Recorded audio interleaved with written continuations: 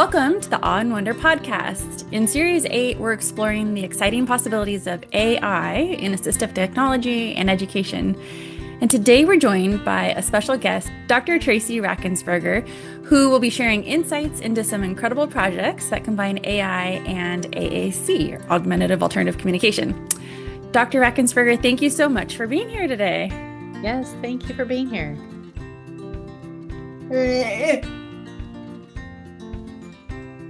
I want to sincerely thank you for inviting me onto your podcast. It's an honor to be here to share not only my professional expertise but also my lived experience as someone who uses augmentative and alternative communication, or AAC. Conversations like this are exactly what we need to keep moving forward in the right direction. These spaces allow us to explore not just what technology can do, but why it matters and who it must serve. AI holds an extraordinary and exciting promise to revolutionize the field of AAC and transform the lives of AAC users in profound ways. For decades, AAC technology has been so stagnant. In the past 40 or so years, we have only gone basically from pictures and words on boards to pictures and words on electronic devices, with improvements in portability, voice options, and vocabulary choices. True. But the fundamental experience of communication through AAC hasn't changed dramatically for decades. For many of us, it has felt like we've been waiting for the next big leap. AI holds the promise of being that leap. It could revolutionize the field of AAC and transform the lives of AAC users in ways we've only imagined. AI can make devices more intuitive, more responsive, and truly personalized, learning a person's unique communication style, predicting intent, and adapting to different environments. Imagine an AAC system that not only offers vocabulary suggestions but understands the context of a conversation, bridges symbol-based communication and spoken language instantly, and reduces the lag time between thought and expression. For AAC users, this could be a turning point. AI offers us the chance to move beyond the slow, incremental changes of the past and finally unlock the kind of dynamic communication experience that has always been the goal. That's the revolution I see coming, and it's one I'm excited to be a part of. It is exciting.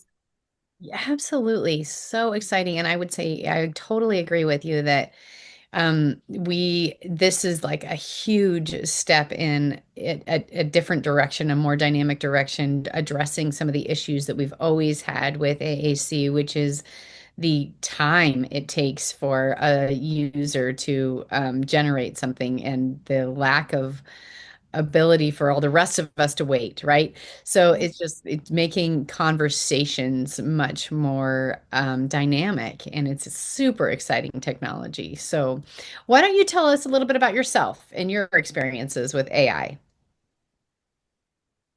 I am Dr. Tracy Rackensperger, Public Service Faculty at the University of Georgia's Institute on Human Development and Disability. In my role, I serve as an Employment Initiatives Coordinator and an AAC Outreach Specialist, and I co-lead training and dissemination for the Rehabilitation Engineering Research Center on AAC. My work sits at the intersection of advocacy, education, research, and technology. I have lived experience using AAC every day, from giving lectures at the university, to moderating national discussions on a wide variety of topics to teaching university students. Over the years, I've used an array of assistive technologies, including MinSpeak-based devices, iPads, adaptive keyboards, and accessible software platforms. AI has quickly become a part of that ecosystem as a real, practical tool to expand independence, speed up message creation, and bridge communication barriers. I use artificial intelligence a lot. For example, I used it to support me answering these interview questions. Here's how I did it. I needed to answer these interview questions. I have years of presentations and information stored on my Google Drive about a variety of topics. So, I went into my drive and pulled out the specific information I thought was relevant to these questions. First, I pasted it into an AI generator. I then asked the AI to take that text, answer the interview questions, and specifically told it to do it in the first person. So, what happened next was the AI read and processed only the text I gave it. I didn't just dump the generated text. I took the time to edit and rewrite that information to make sure it was exactly what I wanted to convey. For this podcast, AI did not do a great job, so I edited it a lot, but it still saved me time. Mm. So you're using the AI the way the rest of us are, in the sense that we write something and then we go, let's put it in ChatGPT and tell it to make it sound this way or sound that way, or vice versa. You ask ChatGPT something and you realize, ooh, if I didn't get specific enough in my question, I got a weird response. Or if I didn't tell it this thing or that thing, it left out key components. You're bringing up a really good point that with AI comes a lot of content, but it makes that ability to edit, use critical thinking, and discernment on vocabulary is even more important now because it's kicking out possibilities, and you still have to make sure it's your voice in the end of it all. That brings up a point about how people view AI, right? That we Mhm. are living with the AI, it's here, it's not going in anywhere, but we still value like the voice, the editing. There's still skills that children are learning and need to learn to be able to use AI. And at the end of the day, you still go through your responses and use critical thinking, like you were saying.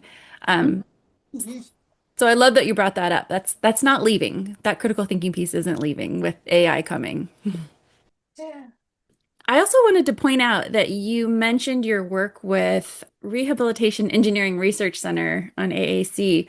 And for any listeners who aren't familiar with RERC, it's such a great resource. And I know I'll be checking out your work there. So I just want to highlight that resource for everyone, and we'll put some links in our show notes. Yeah. Is there a particular project you're working on or that you know about that excites you about AI for the field? I'm particularly excited about projects that place AAC users in leadership roles when designing and testing AI-powered tools. For example, one of the projects I'm most deeply engaged in right now is a scholarly, consumer-led research initiative that I'm conducting under the auspices of the Rehabilitation Engineering Research Center on Augmentative and Alternative Communication, or RERC on AAC. The research focuses on something we're seeing more and more of, the infusion of artificial intelligence into communication devices, tools, and strategies. In particular, we're looking at the integration of large language models. These are the kinds of AI systems that can predict, generate, and adapt language into AAC systems. This development has sparked a mix of excitement and concern among both AAC users and technology developers. On one hand, AI could dramatically reduce the time it takes to communicate, make predictions more accurate, and allow devices to adapt to individual communication styles. On the other hand, it raises questions about privacy, bias, accessibility, and whether the technology will truly reflect the voices and values of those who use it. I was also involved in a National Science Foundation project called Next Generation Augmentative and Alternative Communication Technology Powered by Artificial Intelligence. It focused on expanding how AI could revolutionize AAC, improving access to tools, and educating others about AAC.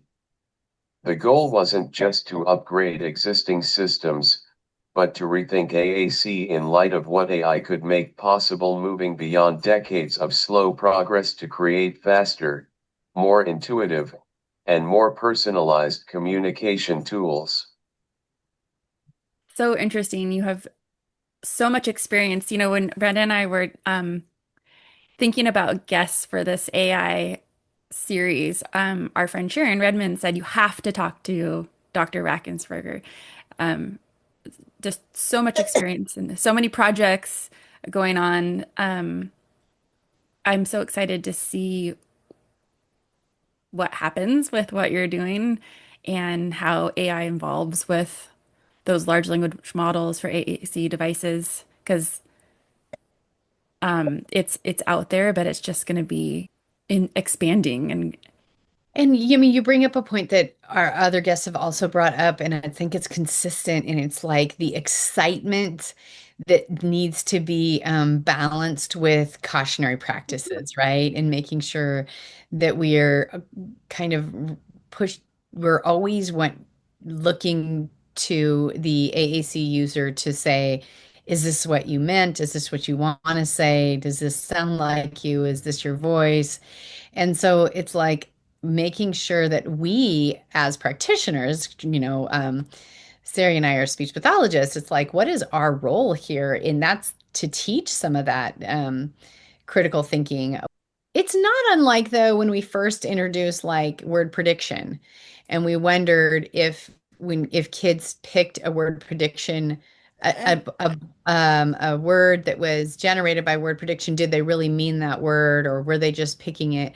And in that way, there are guiding principles that have endured the field of special education, kind of regardless of the advancements, right? We've gone from word prediction to way more AI features. But what do you think? What are some of those guiding principles that have endured the field?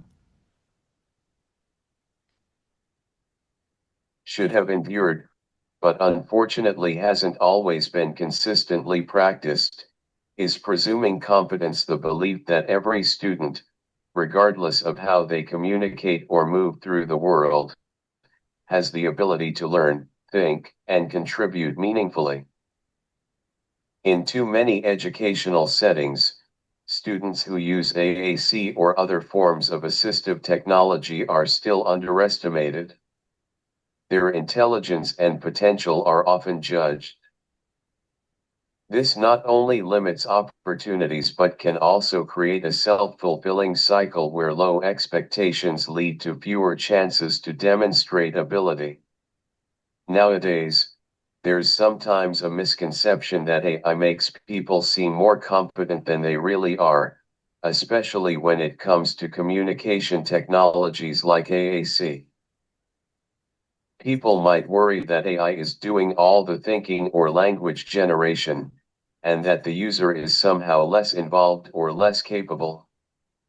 But I like to compare AI in AAC to tools like spell check or grammar check in word processors. We've long accepted those as supports that help us communicate more clearly and accurately, without diminishing our actual knowledge or intent. Spell check doesn't write your ideas for you, it helps you express them more effectively by catching typos or suggesting corrections. Similarly, AI-powered AAC tools can reduce the physical effort it takes to build messages, predict words, or organize thoughts. This frees up the user's energy to focus on what they want to say, rather than how to construct each word or phrase. Exactly. In that way, AI actually improves the demonstration of competence by removing barriers, not by replacing the user's ideas. Even though AI tools have become part of my communication process, I still spend a significant amount of time crafting my responses, especially for something like this podcast.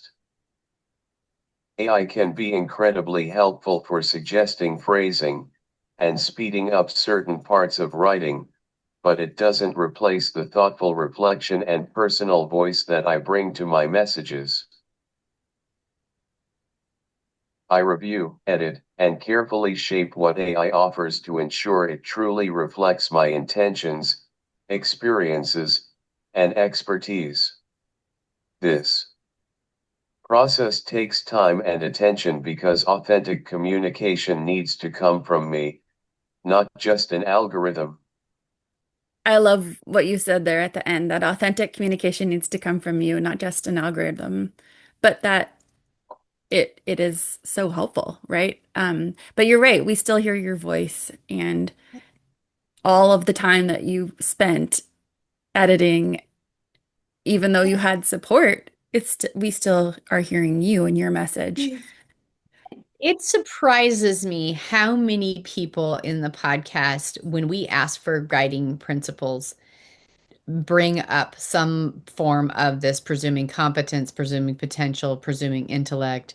And Not just in AI, but in all of our in podcasts, all every of the topic. series of the podcasts, their leaders and change makers in particular, it was this common theme that as much as this is talked about, it is not actually in practice everywhere yet.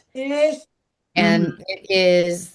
that is shocking. And honestly, I'm guilty of it too, in the sense that I will set up a young AAC user with visual impairments and different things. And so maybe they're not on a robust system. Maybe it's 15 buttons or something because we're just getting started. And then I realize, oh, I did not push them to a 60 or an 84 or a larger language system. And so there's an underlying potential that I'm not presuming their competence in learning more. I mean, I think if we are not moving children forward, if we're not using AAC full users forward on their skills, we may not be presuming that they're competent at that. And we don't even realize that that's a kind of passive a message of not presuming you could learn something. And I think that we have to continue to challenge our own mindset on this presuming the competence. And many times I'm watching, as I'm observing a speech pathologist maybe play with a child with a device and requiring the person on the device to say something. And I'm thinking, would we ever question the intent of a person who is verbal? Would we ask them to say something? Would we make them repeat it? Would we do these different things? And if we wouldn't do it with a verbal child, then we shouldn't expect that of an AAC user. Vice versa. If a verbal child is allowed to use AI to pull together their thoughts, then why not an AAC user? And so it's the equitability to access all the resources that we need to continue to challenge. Yeah.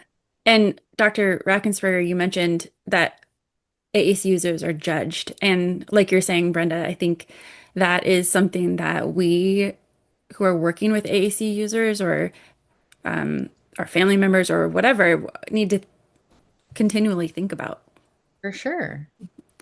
So along those lines, what mindsets or systematic hangups do we need to avoid to stay creative in solving problems moving forward? AAC technology has largely kept us stuck in the same place, relying on symbols and words arranged in boards or electronic displays. While these tools have been invaluable, they represent a limited way of communicating, often requiring slow navigation through pages or menus to build messages. This slow, linear process can be frustrating and restrictive for users who want to express themselves more freely and spontaneously. If we're truly going to embrace AI in AAC, we have to move beyond that constraint. AI offers the opportunity to break free from static symbols and fixed vocabularies by creating systems that learn, adapt, and predict in real time. This means AAC users can communicate faster, more naturally, and with greater nuance. Moving beyond symbols and words as fixed units also means recognizing communication as dynamic and context-dependent. AI can help AAC devices understand not just isolated words but the intent, tone, and environment in which communication happens. This shift is essential if we want AAC to be more than a tool for basic needs and instead become a platform for rich, authentic self-expression. Embracing AI in AAC is about reimagining what communication can look like, not just faster or easier, but more flexible and empowering. It's a necessary evolution if we want to close the communication gap that has existed for far too long between those whose speech is comprehensible by itself and those who need additional supports. Mm-hmm.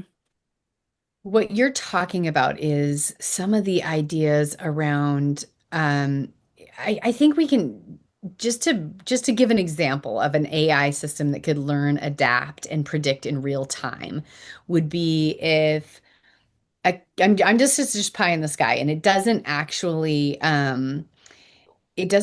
have we don't have this application right now that I know of, but it's like if a student is talking to his I was just in a home, and a boy was using eye gaze and talking to his parents, and the dog went by, and he was reacting.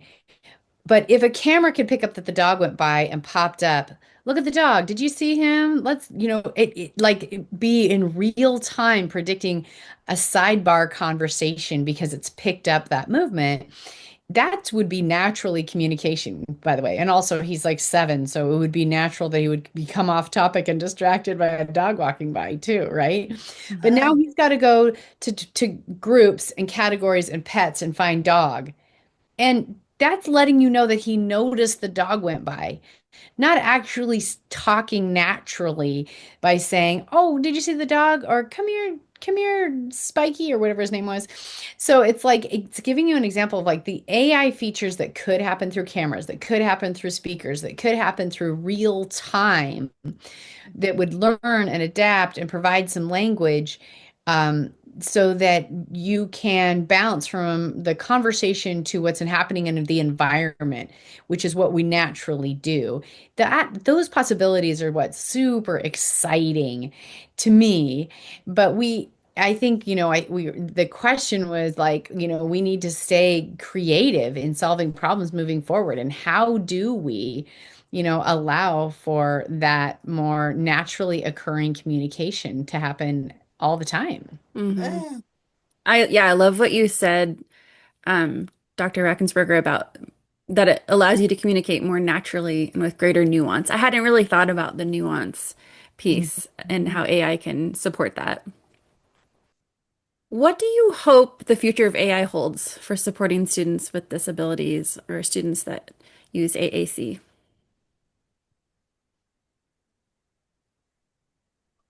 I hope the future of AI brings us closer to true inclusion not only in classrooms but in every aspect of life for students with disabilities who use AAC.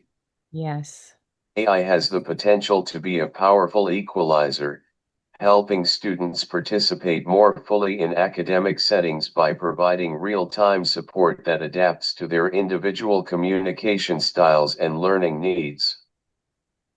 In the classroom, AI could enable faster, more natural communication, allowing students to engage actively in discussions, collaborate with peers, and access curriculum materials in ways that make sense to them. This would help break down barriers that often lead to isolation or limited participation. Beyond academics, social relationships are just as important. Mm-hmm. AI-powered AAC systems could facilitate richer, more spontaneous interactions with friends, family, and community members, helping students build connections that are vital to emotional well-being and social development. Imagine an AI that understands the nuances of social cues and helps a student navigate conversations in real time, supporting confidence and belonging. Yeah. But support shouldn't stop at the school doors. I also hope AI can extend assistance into community life, work, and everyday activities, helping students transition smoothly from school to adult life. AI could provide personalized prompts, reminders, and communication supports that encourage independence and self-determination. That's so true. That whole topic of transition and when students are moving from school to the next phase in life is hugely important. Mhm. And you're right. It's so interesting to think about how AI can support that.